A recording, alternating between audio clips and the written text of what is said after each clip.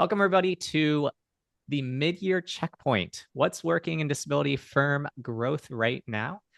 This is a continuation of a panel series that we started in January around advancing technology in disability law.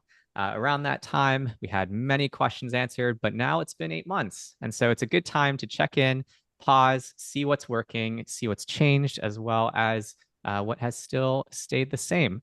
And so that's what we're going to do with today's panel, featuring guests from the team over at Benny, as well as Firmidable, as well as Chronicle. Here's, in case this is your first event with us, just a heads up, this is not a one-off. So Chronicle regularly runs free virtual sessions for disability practitioners, a few every single month. This is our first main series, which is Advancing Technology and Disability Law, where we talk about what's changing in the practice, just in terms of process, new tools, operational things.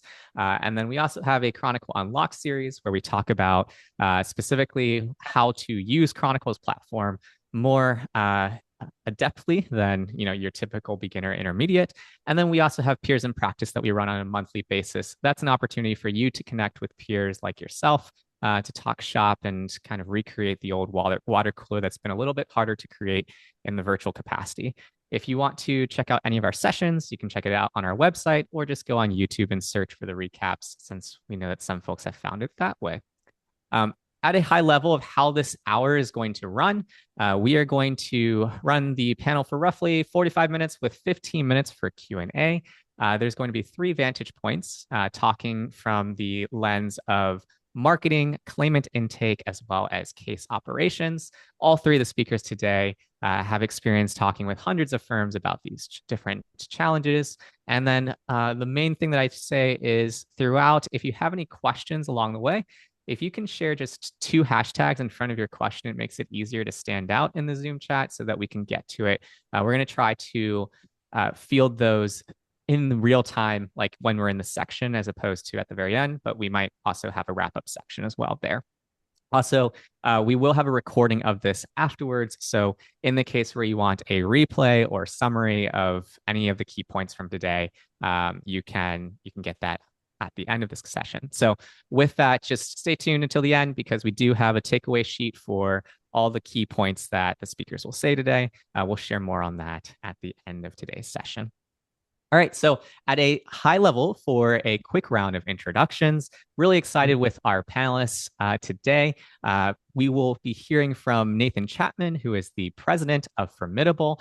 He is a guy that's been doing law firm marketing for more than 35 years. He was actually the first person in the country to bring professional marketing to disability work, when this practice area essentially didn't have a market at all. And he's won many professional awards since that time period. He regularly provides programming as well for the disability space, so be sure to check out his series. We were just on it last month with them, in case you want to learn about how to scale and grow a disability firm, which I know that some folks mentioned in the Zoom chat.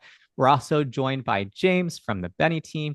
He built Benny to be the leading mobile-first platform for SSDI and SSI applications, helping disability advocates scale their caseload without adding staffing. One of the things that has always stood out in terms of our interactions and collaborations with Benny is the fact that roughly 90% of claimants get invited who get invited from their platform actually complete the application. And so they're seeing much higher completion rates, and about 40% finish it within the same day, with the rest trickling in over the course of a week. And so he has a data set that nobody else in this practice area has. One of the points that he'll share later is how more than 30% of those applications actually get completed in between the hours of 7 p.m. and 7 a.m., which is to say when your office is closed. And then lastly, we have Nikhil, who is the founder of Chronicle. Chronicle is the ERE monitoring platform that helps disability firms automate their case tracking, ERE monitoring, and document workflows. We're monitoring more than 235,000 cases, 12 million SSA docs, and serving over 2,800 disability professionals. And we'll have many new updates in terms of the platform and whatnot in upcoming events. But other than that, what I wanted to do from here is to give a roadmap of the topics we'll talk about today. The first thing is, by the end of the session, you're going to leave with an understanding of which of your 2026 assumptions have potentially gone stale. So what's actually changing and how claimants are finding or choosing a firm this year. We're going to also be learning about where you might be losing claimants. So the gap between when people are saying they need help and the signed retainer, where AI has earned a permanent seat at the table for your firm and where it does not. That'll answer some of the Zoom chat questions that people mentioned earlier. And then we'll also talk about the one operational investment that you should make before January of next year, as well as some predictions for 2027. So with the roadmap, where we'll go is we'll start with first client acquisition in an AI-mediated world. We'll then talk about the claimant experience from first click to signed retainer. We'll then explore operations in AI from pilots to production. How do you make a successful pilot of an AI tool? And then we'll have our lightning round of predictions for 2027. And of course, if you have any questions throughout, we'll tackle those over the course of this panel. Before we get started, and as we start splitting off of the screen share, I'd love to hear from you in the Zoom chat. Where do you feel your growth engine is most inefficient right now? Is it potentially getting qualified cases in the door? B, converting the leads that you already get into signed retainers? C, applications or function reports and chasing claimants for paperwork? D, case prep, evidence development, and reacting to SSA deadlines? Or E, all the above? Go ahead and type your letter in the chat and we'll come back to this in the end. And speakers, this would be a great opportunity for you to understand just where the room is looking to, what the room is looking to hear from you on in the context of where we'll go. All right, we'll take a second to respond to that. I see some folks looking to get leads, all the above. I also see applications, function reports, chasing claimants for paperwork, some case prep, evidence development. Awesome. So with that, what I'm going to do is I'm going to stop the screen share here. And what we're going to first explore is we're going to kick off the first section of today's panel, which is around client acquisition. Curious about what folks have been seeing changing in terms of some of the ways that people are finding and choosing a firm. Nathan, maybe you can kick us off there. Yeah, so we predicted, as I guess most of the world did, that people were going to turn more and more to AI for their searches. I guess it's been surprising how quickly. In fact, I was just in a meeting yesterday, and one of the attorneys was saying that they're continuously now getting advice. Their claimants are asking AI how to win their case, and they're sharing it with the attorneys. So I can only imagine how much you enjoy getting those kind of AI reports to help you do your job. But what is surprising me more than that is just the people using AI for search is what an impact it's made on pay-per-click. So you remember pay-per-click? It's been around forever. It doesn't sound sexy. It's a workhorse. But thanks to AI tools, I'm going to mention a few times today, particularly one called Enhanced Conversion for Leads. Terrible name. Anyway, we're getting things like paid search to work infinitely better. We have been setting records all year, meeting after meeting. It's like, well, we just broke another record. And just think about it. AI is just getting started. No telling where we'll be in a few years. What do you have to say about this topic, James, on this side?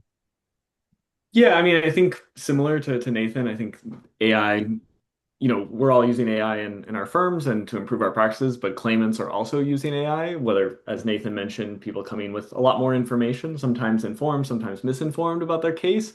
But I think it's also changed the pace at which claimants want responses and detailed kind of very very personalized feedback to their case and how they want to be responding to it. And so we're seeing a lot higher needs of people are used to. They have a very specific question they can ask, a chatbot, and they're getting a very detailed response on what's going on. They're wanting to expect the same thing from their advocates in terms of a very personalized response of what's outstanding, what do I need to do, how can I make this better, and that's often hard to respond to from just a pure staffing perspective. So building tooling around that.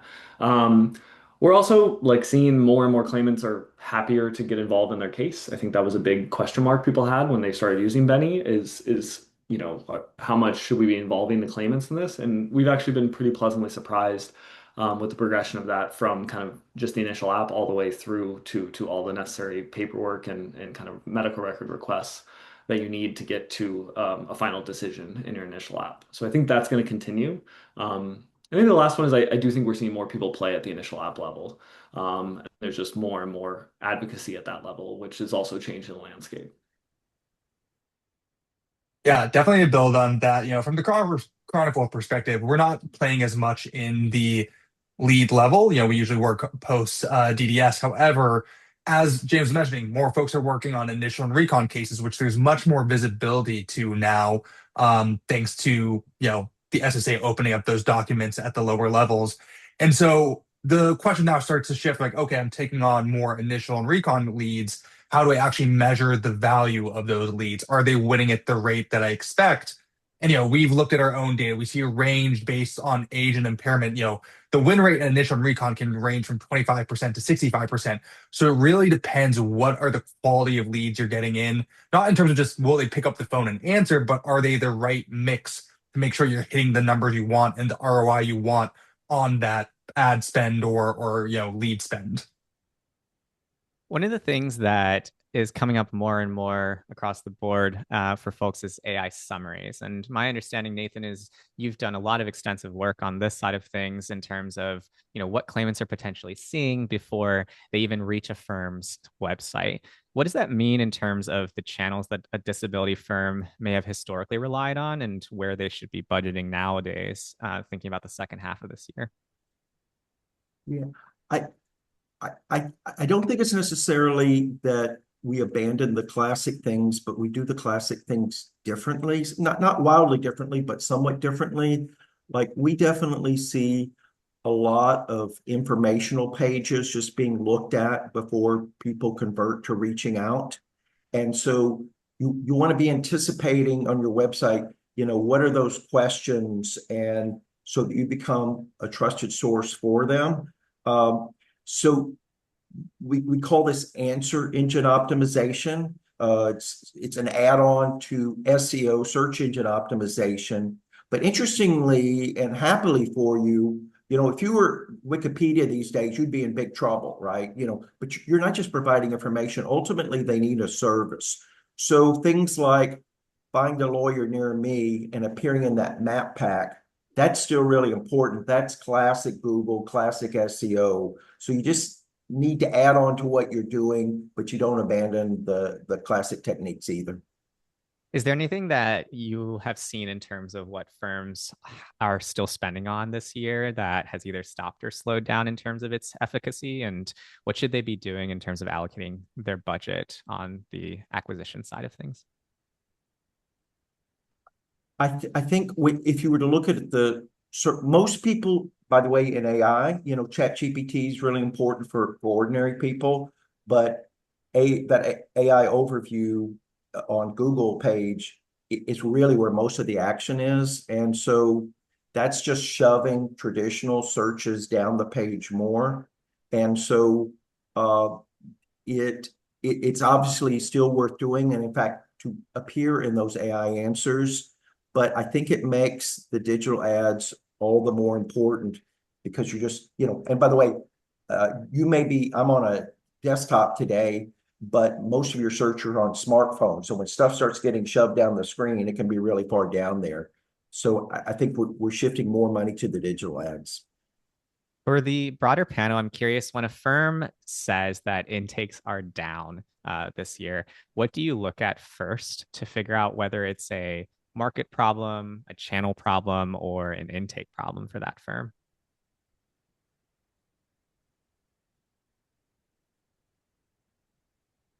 Anyone Well, want to lead us off? Yeah, go ahead. I'm happy to go.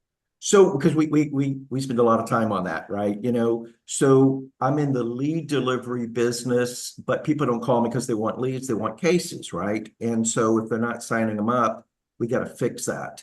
So we look at everything. It's like, well, are leads up or down? If you say, oh, they're up, but I don't think they're any good, then what I encourage you to do is you need to be specific. This is a data-driven business, not an anecdote-driven business. So he's like, oh, we're having these impressions and people are telling us more. You really just need to like document what was wrong with this lead and what was wrong with this one and send that specific one where we can dig in deeper. But then the other part of the equation is sometimes, it's not just the lead, sometimes it's the conversion, and sometimes it's the intake team. And so all of your lead program, whether it's through, Google or even television, which is still a thing, it's like it ought to run through a dashboard. Like we use one called CallRail that records the calls, and then somebody got to check on them. They say, listen, for quality assurance, we need to do that quality assurance part. And we find things like more go to voicemail and get hangups than you realize, just answers not the way that you think your people are answering. And we just need to keep checking on the quality. The cheapest, best ROI you can get is to get more cases out of the marketing dollars you're already spending. Yeah. And maybe to add to that, I can't speak as much to the market side of it and kind of the channels, but one thing we do see is, there are two distinct conversations that people are having when they're starting a disability application. It's, do I like you? Do I want you to represent me? Do I feel good about this relationship? And how do I get the information in to move this forward? And I think when those get bundled, you potentially lose claimants. They get overwhelmed with the work that has to happen, and they're less focused on kind of, do I really believe in this advocate and that they're going to do right by me. And I think the most effective firms we see, completely separate the processes. There is a very warm glow conversation of, I want to work with this firm. They seem like they know what they're doing. They made me feel good. They understand me. There's some information you collect, obviously, to make sure it's a good case, but that's really a warm glow conversation. And then the ability to immediately action on, this is what I need from you. Great. The second you're happy, here's the retainer. It's in your text. It's in your email. Great. We're sending you the application. I need you to do it. We also see, one of the trends we're going to talk about is actually trying to get the fully developed case file in that initial kind of intake process. Like not only the initial app, any of the supplementary forms, the work history report, function report, SSI application, medical records requests, like anything that you're going to need. That's when they're focused. Like they're in pain, they're frustrated. They've said, today I'm going to figure this out, and they want to complete it. And that's where you move from not only a happy converted lead, but actually like a completed lead where you have everything you need to get to an initial decision. When you are all evaluating like the intake processes for folks or just the client acquisition side here from a conversion standpoint, Nathan, you're mentioning conversion rate is an area that you're looking at. Like, what are some ballpark benchmarks that might be useful for firms to keep in mind? They're listening and thinking about, if they don't have a benchmark, how to set one for themselves, as well as just in general, your experiences of like, what is, okay, good, better, best in that situation. You know what? I like the way you phrase that, in that the firm sets it for themselves. We know that some firms are more particular than others, right? And gonna turn down cases that other ones will make a living off of.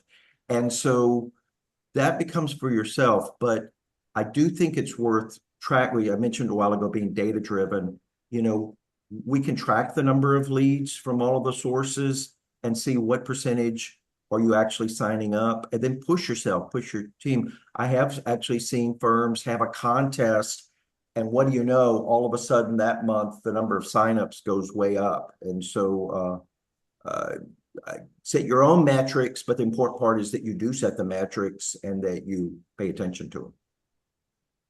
As we wrap up this first section in terms of just AI discovery, as well as then the claimant acquisition side of things, we can then transition into the claimant experience, which is talking about, from the first point that they click to then assigned retainer. I'm curious for folks on the panel to share, if you can walk us through what is today's claimant expecting between the point that they're saying, I need help, to I have a lawyer, and where do you find most firms lose them in the process?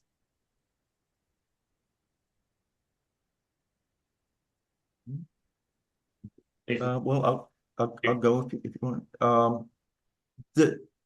I meant a while ago, I mentioned like recording the calls, listening to them. So I have listened to a lot of calls, and What surprises me is the lack of empathy by the people answering the phone. I think they're being trained on how to screen, and y'all are forgetting to train them that the people calling, this is one of the lowest points in their life, and just a little empathy will go a long way.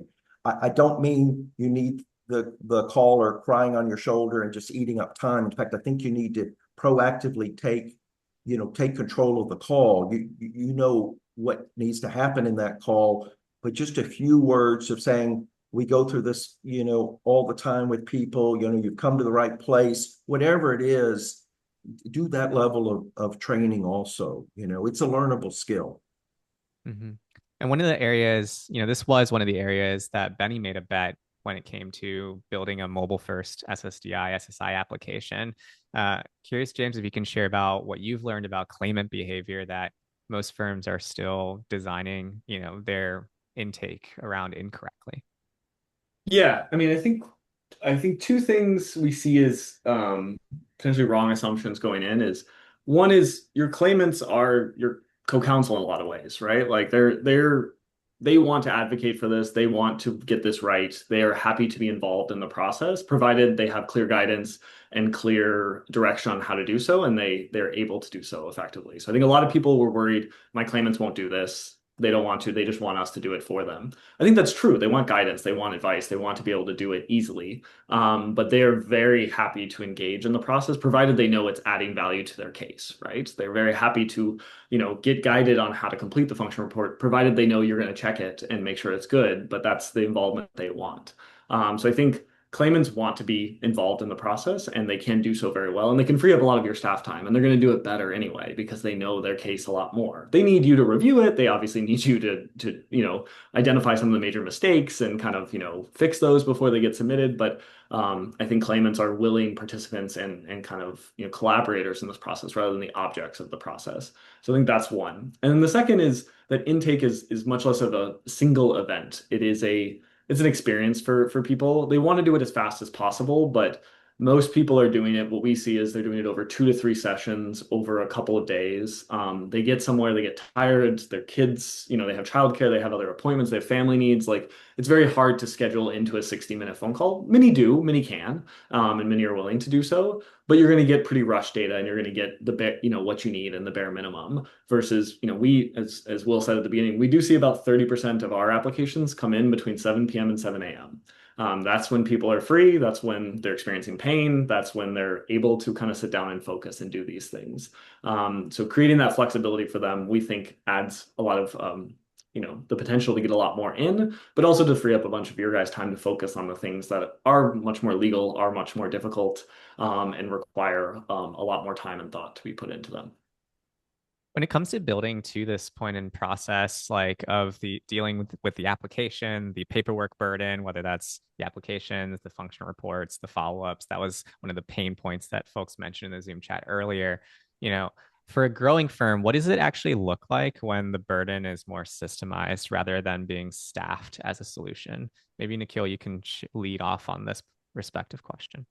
Yeah, for sure. So, we've talked about this quite a bit at Chronicle where, we always don't think it is a staffing problem. Usually the traditional solution is just hire more heads. We have more paperwork. We need more butts and seats, going through it all. We actually think it's more of an awareness problem, right? Where when you actually think about an SSD case and its life cycle, it's very lumpy. You have a lot of paperwork at the beginning, then some before the hearing, and then right before the hearing, you have to go through the whole file review. And there's a lot of dead points in any case over time, but also when you think about it through the week, where maybe, someone's sitting, there's not much to do, and then suddenly the next morning, 5 pieces of mail come in from the SSA, and you have to scramble to work on it. Or more common, because we all know the USPS tends to be quite late or missing, you end up in a scramble, right? Where a deadline is passed or a client calls in and suddenly your team is scrambling. And that means your team is always being reactive rather than proactive, say to a questionnaire, a hearing acknowledgement form, anything like that. And you have to hit these deadlines and you end up caught scrambling. And there's a lot of time lost, especially with context switching, where maybe you were working on something that was deep work and then suddenly you have to deal with this client call and helping with them form. And this really adds up over time. So for us, the burden isn't just, add more people. It's how do you actually systematize these processes through awareness, right? Where if you can understand what's coming in the mail 7 days in advance, what could you be doing differently? What could you be working on today that may take a couple days, and now you have that breathing room rather than scrambling to hit a deadline? So tactically speaking, I'm curious, since all three of you have perspectives of how to build different parts of the system for these disability firms, like what has that looked like from a timeline standpoint of like realistic expectation setting if someone's on the earlier stage of building their system, or maybe they're already fully developed in a base V1 of their system and they're looking to go to V2, like what do those evolutions look like, or that listeners should be thinking about as they continue to improve upon the claimant experience, like the system of their claimant experience, if that makes sense. So at least for us, when we think about that, when you like think about the iteration cycles of building these systems, it usually starts with awareness, right? It's like you can't solve the problem if you don't have the data. You don't can't solve it. You can't measure if you don't have a benchmark, like Nathan was saying. So it really comes down to like first starting with a foundation of awareness, and then of course you will have manual processes built on top of that to start with, right? You're going to take that foundation of knowing when things are coming in, start setting up some SOPs, and having your folks kind of jump around and work on all of those. That's where we usually then see people see like, well, okay, what is the process that takes the most time? What is the slowest or most inefficient? And starting adding automated systems on top of that. And so that's where, like, with Chronicle, we see people implement Chronicle. They start saying like, oh, at the initial recon level, we're getting all these questionnaires. Let's leverage something like Benny and bring on the Benny, and we integrate with Benny so that we can start sending out some of that stuff automatically. So it really comes this, understand the problem, get your awareness, start measuring through manual processes, and then individually working on each of those with automated systems, and tackling them, one by one. James, Nathan, anything to share from your perspectives in terms of the phases of systemization that you see across firms? Yeah, I mean, I'm the main thing I'll say here is a lot of firms start by, operationalizing or automating one of the pieces, and then it's slowly about building how much can you do in that. Like the attention is the scarcest resource from your claimants. Like, are they focused? Like the data is not that hard. It's complicated. There's a lot of fields to fill out, but really it's about can you get their focus and their attention. And technology allows that to be much more flexible and much easier. But I think most of what we see is firms start with like, okay, let me just do initial apps. So let me just do function reports in a more automated way. But eventually the evolution is how do I do everything with this one interaction I have with the claimant? So I'm going to do their initial app. I'm going to get their work activity report. I'm going to get their other things that come thereafter. I'm going to, send them like the notes of these are the medical providers you had, go request them to send their medical records in. Just how do you basically capture that full attention while you have it, because claimants get exhausted and it's much more taxing. Like we see most of the staff time is actually figuring out where someone is in the process and where they're stuck and what's going on. And you can't solve for all that because a lot of it is on SSA side and what data you have visibility on or don't. But you can predict all the things that we are going to need for this application and do them while you have the claimant's attention, and try to build out that full process. So like fully developed case files is sort of where we want to see everyone go, and making sure that that is done in that one discrete interaction you have with them when they're most focused and paying most attention to their claim.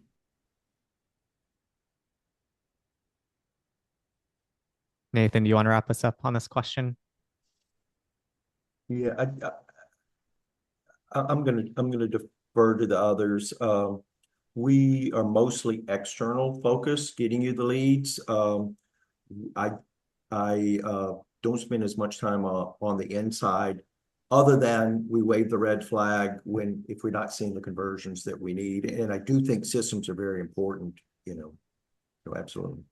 So to wrap up this section, then, James was just talking about this, and maybe James and Nikhil can share more here. But what changes for firms when intake, applications, and case monitoring are actually connected as opposed to living in like separate silos? To your point, James, of that like all-in-one discrete interaction, like what have you heard from overlapping Chronicle and Benny customers since the integration launched earlier this year, of like what that looks like just for the firm that might not use both sides, or maybe they don't even use either, and they're just thinking about like what exists as a workflow today in terms of the claimant experience that could be possible?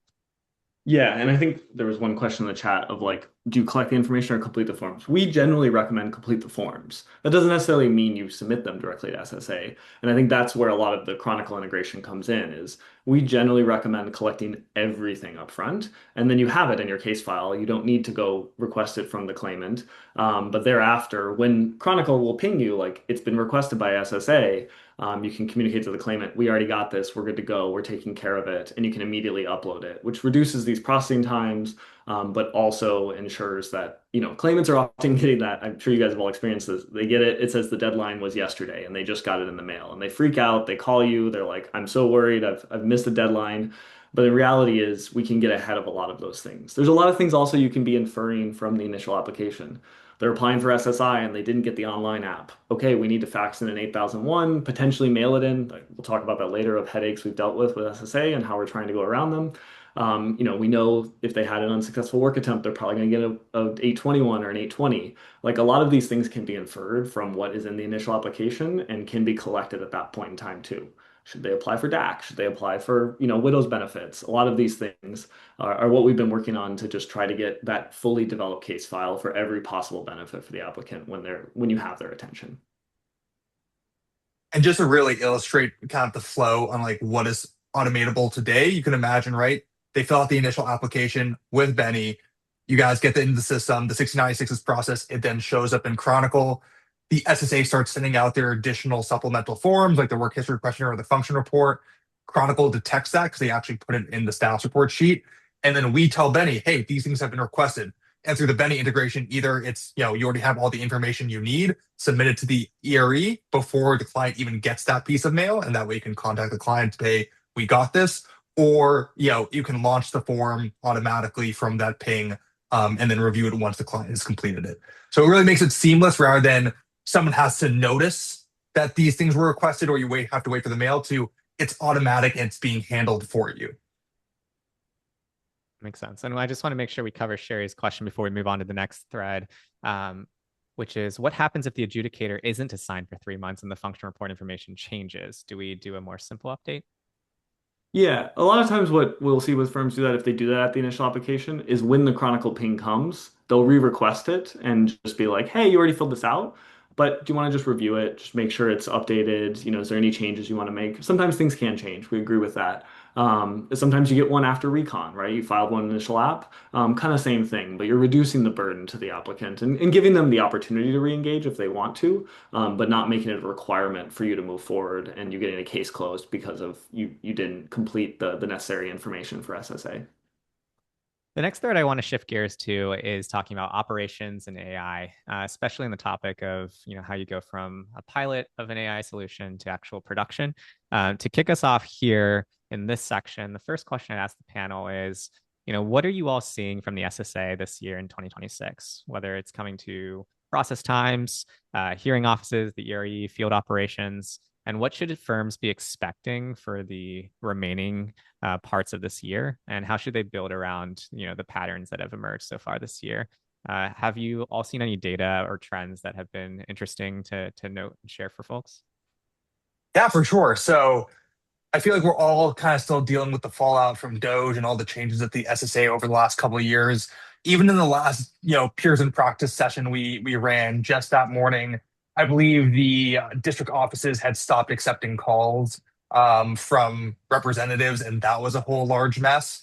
So week to week, it seems like there's always something new that's going to affect your processing and your timelines. They publish stats, right? So they say it takes 6.5 months to 10 months to get a hearing held. Well, if you actually dive into that data, it really changes hearing office to hearing office.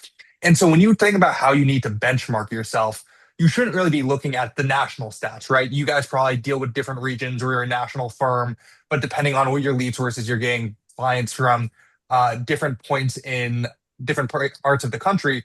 You really have to actually dial in your metrics based on this region by region data that the SSA does offer, but you have to actually do the math to figure it out. So that's the thing we're seeing a lot of folks kind of, scratching their heads about, being like, this used to take less time. What is happening?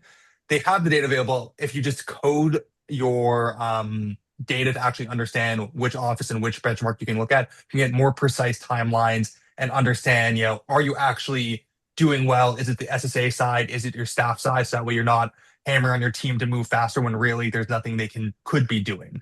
And then the other thing we're also seeing, right, is they're adding more data. They are making more data available to each firm. And so like the AARPS was a great development in the last couple of months to a year, I think is when they launched it. And that includes additional information like fee payments, right? So you can actually see where your payments are they being held up? And then additional things they have there is like the field office data, right? The ERE is only DDS and onwards. The AARPS, look that up if you haven't looked it up. It's a different portal. You get a login if you are an appointed representative. And that actually shows you field office data. So you can actually look at that and see which cases have been assigned at the field office and what's happening at the field office before it even hits DDS, which means if the SSA gives a non-medical denial, that will only show up in the AARPS and not in the ERE. It will never actually get to DDS, never into the ERE. So you should check out the AARPS for some of that data. The biggest. Oh, go ahead, Nathan. No, James, you go ahead. The biggest headache we've been smashing our head against is SSI claims, which I'm sure everyone has experience with. Setting up appointments, very difficult, long delays. Some field offices are booked out until, November, December for applications that are coming in now. It's also unclear if they're actually going to, complete the call on the date that it's scheduled or if your claimant's going to respond to that call. So we've been trying to build a somewhat Loctite defense mechanism against that we're still piloting, but we're hoping to roll out soon where, we obviously collect the information for the 8001, being able to fax that in with the initial application with your wrap paperwork, that often initiates the claim and gets rid of the need for the call. Sometimes some field offices don't take fax because they don't like an e-signature on a fax, even though an e-signature is valid. So you can mail it at that point. And so that's kind of there's a sequence of basically, can you get 80% throughput on each one and then go to the next mechanism? And having visibility on this AARPS is actually the only way to see that with an SSI claim, because you can see if a Title II or a Title 16 claim has been initiated for an applicant, and then you can follow up on that. So having visibility on that and then basically, automatically executing these kind of mitigating steps to basically not give Social Security any reason to not initiate this, right? Like first step is they get it online, only a few get that. Next step is fax it in, signed. Next step is mail it in, signed. Last resort is schedule a phone appointment for people. But trying to get us to at least 95, 98% of SSI claims started is really what we've been trying to focus, because these are often the hardest people to get in touch with as well. So figuring out how to coordinate and schedule things I'm hopeful SSA will change some of these and ideally make an online SSI app, but it seems like that's not the highest priority for them. Hey, Will, this is almost a side note, but just based on what they were saying, kind of inspired me to know we're seeing a rise in people searching for topics around like how long will the process take, for, I get my benefits, possibly either showing a reflection of longer wait times or maybe increasing impatience. I don't know, but it's even more so.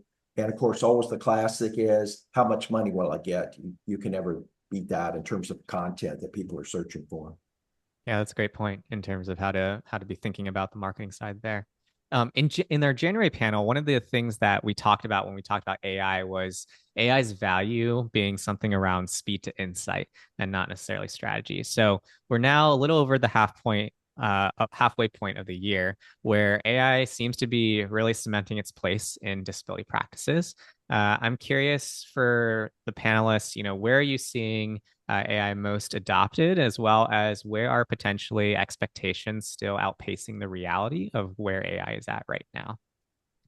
Yeah, for sure. So I think, back when we started Chronicle, there was no medical chronology products that were available at the price point and quality that disability firms needed. And that's really changed quite a bit, right?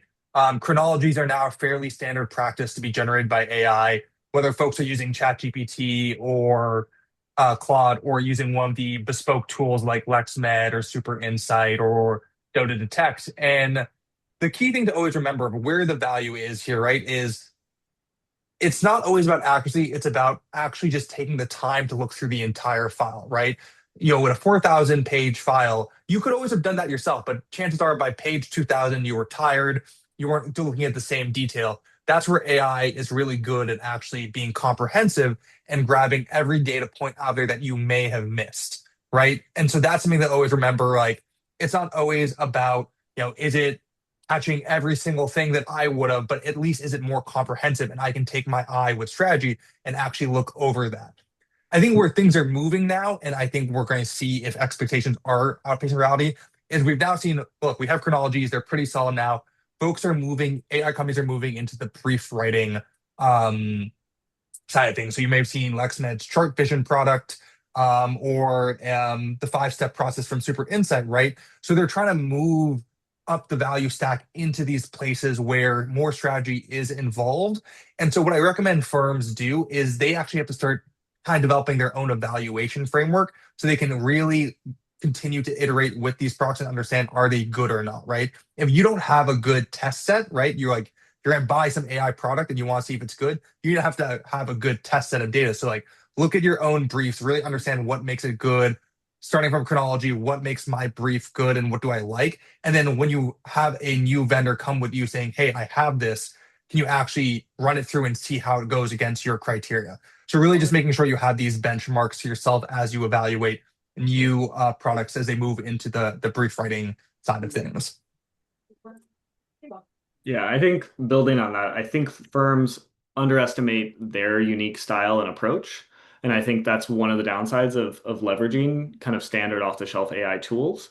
That's one thing we thought very deeply about when we did our function report kind of functionality is we thought about making this a very iterative learning agent that would learn what people accepted and didn't accept in terms of our suggestions and basically updated that. But every firm has their own approach and every firm has their own style of how they do this. And I think that's really important to respect. So we don't do that. And I think that's a really important thing is when you're using this, you might get things that are going to be more general and might work for the most common cases that are going to be what the data is trained on, but you may specialize in a very different area. You may do a lot more SSI, you may do a lot more younger claims, like whatever your kind of profile is really important to think about. I think there's still a lot of low-hanging fruit on the current implementation of AI, which is reducing mundane tasks and synthesis and giving us like one we've seen that we hope to build at some point or work with someone who builds is basically like initial denials, like how we're reviewing DDEs and how that's informing recons and requests for hearings, which are often kind of just, hey, get new information, but how can you actually ensure that the right information is going into this next review to change the decision potentially? Whereas a lot of times we're just kind of completing the paperwork as simply as possible. But I think where people are hopeful they'll get to, and I think we're still a ways away, is if you can connect your entire case management suite to it and giving you a full synthesis of, is this a good case? What things are missing? Like that sort of overall integration. One, it has a bunch of like data risks and privacy things around that, which is risky why people have been slow with it. But I think it's also like going to require a lot of firm calibration and orientation before you're comfortable moving forward with it. I'd say in terms of the expectations versus the reality, so where it is delivering is the ability now to just be able to absorb just epic amounts of data, more than any human could ever do before. And like I mentioned pay-per-click a few times, even other things like Meta, we're getting new life in things like Meta, Facebook and Instagram, et cetera. But where the expectation is greater and the reality is that it's like we're still not there in terms of it just being self-automated, it takes the humans, we're still at the dawn of AI. And so hopefully we won't all be out of a job in the future, but right now you really need smart humans running the smart tools to make it work. As we wrap up this section, start going to the lightning round, the last question I have for this section is, what is one operational investment that a firm should make before the start of 2027 if they're thinking about how to continue to compound in their growth instead of potentially compounding to a more chaotic situation within their operations? Yeah, I think this is actually an interesting, since this is a lot of what we're talking about between all the sections, which is you need benchmarks, right? If you don't know what good is and what works today, how do you know if when you're adding another tool, things are getting better, right? If you want to compound growth, you need to know that you actually made an improvement, not a net negative.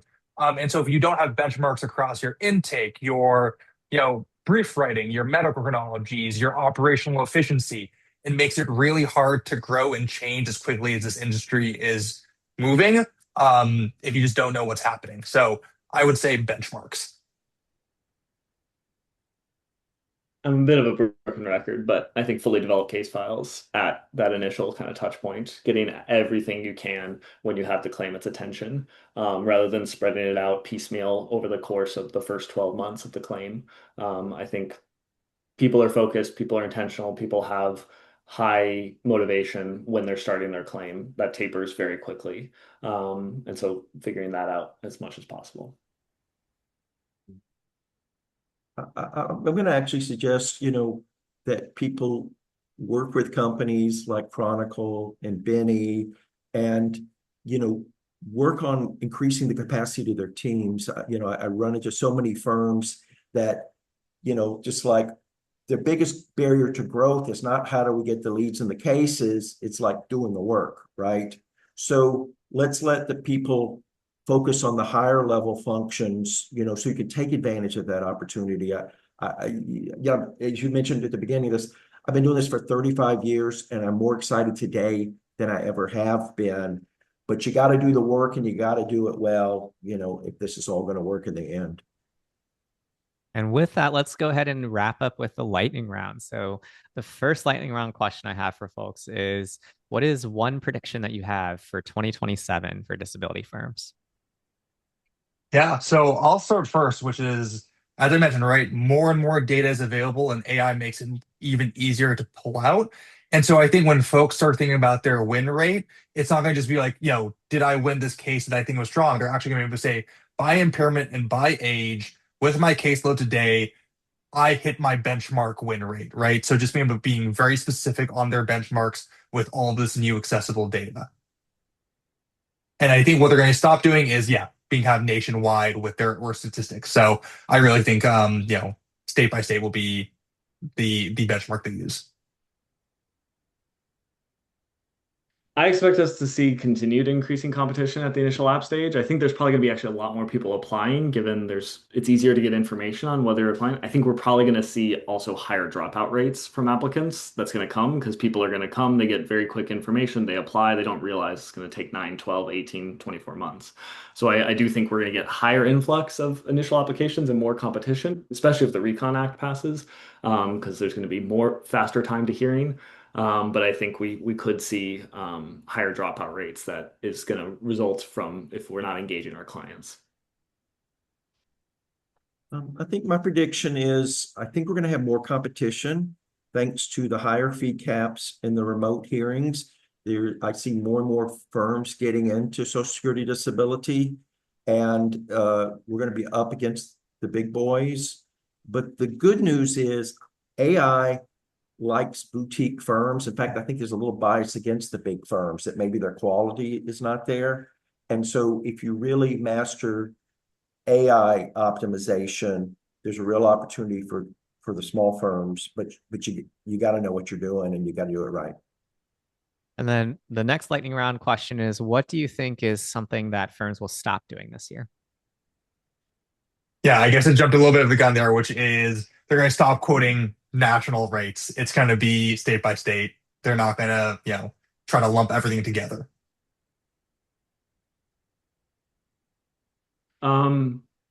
I hope firms are going to stop putting all of the burden of screening on kind of applicants and trying to focus more of those initial conversations on the warm glow and getting faster time to talking to a human and feeling a positive reception with their firm. Maybe I'll go with this because we're not big into chasing the new shiny thing. We're into doing the classic things better, but I'll do this. AI wants you to be an expert, and people are used to just saying, oh, I'll do my website, I'll tell everybody an expert. But AI understands that's your website, that's you complimenting yourself. And so you need to quit relying on it to tell the world your expertise. You need to get out there and establish your expertise by becoming board certified or guest on programs like this. And it can't be all about your website anymore.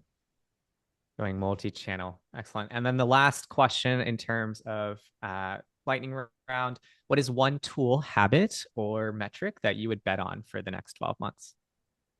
Yeah, I think the metric I would bet on is the median days from denial to appeal. So roughly how long from getting a denial do you actually get that appeal in? And when I think about, getting that awareness 7 days in advance through tools like Chronicle gives you additional days. Tools like what Benny is and James has been talking about, where you have the full record, so you can actually cut down a lot of that information gathering you need to do when you appeal. Will really start cutting things out. So I think people are going to look really closely at their appeal timeline, since that's something they can control. And the faster they do that, the faster things move. I think one thing we hope more people will be betting on and kind of, monitoring is, so I've talked a lot about getting everything up front in terms of the hard work. I think thereafter it's engaging with your claimants regularly, just with updates, giving them access and visibility. So almost like wish disability firms had like a monthly active user kind of like metric of like how much are we in touch with our users? And even that's just sending them an update, like, hey, everything's on track, you're good to go. Like, oh, things are going on. Case Status has done some great things of giving users visibility, but it's a crazy process in SS, disability where like you have more visibility than the actual applicant. And we need to, ways to share that and keep claimants involved is going to increase your likelihood of moving. If you're doing more initial apps, you need to get them to hearings because most are going to get denied. And so like, how do you keep them engaged through that? So I don't think anyone tracks that, but I think that would be a really interesting metric that more and more people have is how many of our claimants are we in regular touch with at least once a quarter? I'm going to bet on that thing with the terrible name, enhanced conversion for leads, the AI tool to help digital ads work better. So in the past, we could give you a list. Here's the 300 leads we sent you last month. Can you tell us which ones you signed up? And no firm would ever take the time to do that. And to be honest, we didn't really have the time to type it all in if they gave us the list. But now it's connecting, so ultimately we're just starting to get our systems connected to your case management software. We don't have to ask you, we're going to follow the lead all the way through and say, okay, these are the ones they signed up and which ones we didn't. And that's going to be a really exciting moment when we get everybody signed up for that. Awesome. With that, we're going to wrap up with a couple key takeaways and then open up for some of the Q&A. I know that Mark had a question that we'll want to make sure we cover, but three things to take away from today. The first one is leads are probably not your problem. As Nathan mentioned, it's often a conversion problem to be looking at, looking into who answers the phone, how fast the leads are getting called back, and how intake is trained. Also, intake is not necessarily a singular event, as James has emphasized. This takes a couple different sessions over a few days. And so something to take away is that point that more than 30% of Benny applications are being completed between the hours when your office is closed. And so it's something to think about when you think about the operational setup of your flows. And also the national average describes none of your cases. So as Nikhil has mentioned, in terms of getting more refined in terms of your win rates and the different benchmarks for your firms, that becomes increasingly important. I put into the Zoom chat, if you want just the key takeaways of what folks shared today, you just fill out the feedback form, and then what will happen is you'll get a link to the takeaways for you, if in case you wanted to share it with somebody at your firm or just review anything that we went over today. With that, we're going to open up to questions. One of the questions that Mark had earlier is, Nathan, what would you suggest for lead follow-up times, I'm assuming, or just in general, lead follow-up in general? We do a lot of referrals to a company called Law Ruler, and they have a really nice lead chasing automation. It goes into there, and they just keep getting pinged, over and over. Hey, you said you wanted to talk, call us back, until they opt out. And we'll see people months later, long after your humans would have given up, they'll like finally reach back out to you. And so it helps with your conversion. I'm curious, how does this advice that you all have shared change for a solo or a small firm versus a larger firm?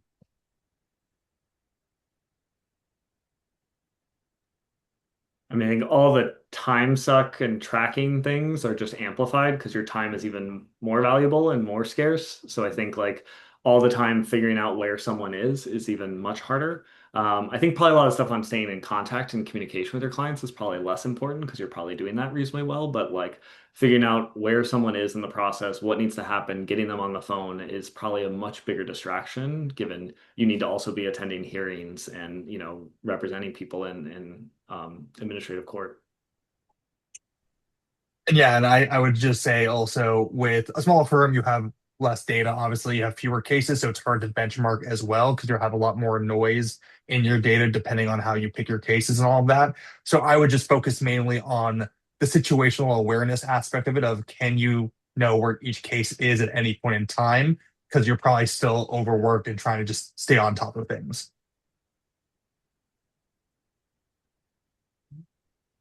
And my other question would be to round it out, what is a realistic budget split in terms of marketing, intake, and operations for a growing firm, whether that's thinking about it in the context of time or just like money?